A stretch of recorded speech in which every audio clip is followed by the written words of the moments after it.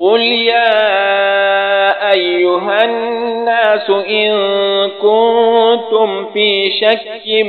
من ديني فلا أعبد الذين تعبدون من دون الله ولكن أعبد الله الذي يتوفاكم وأمرت أن أكون من المؤمنين وأن أقم وجهك للدين حنيفا ولا تكونن من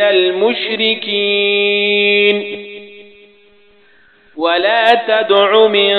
دون الله ما لا ينفعك ولا يضرك فإن فعلت فإنك إذا من الظالمين وإن يمسسك الله بضر فلا كاشف له إلا هو وإن يردك بخير فلا راد لفضله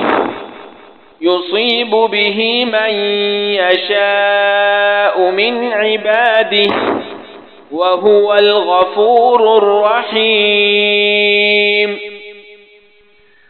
قل يا أيها الناس قد جاءكم الحق من ربكم فمن اهتدى فإنما يهتدي لنفسه ومن ضل فإنما يضل عليها وما أنا عليكم بوكيل واتبع ما يوحى إليك واصبر حتى يحكم الله وهو خير الحاكمين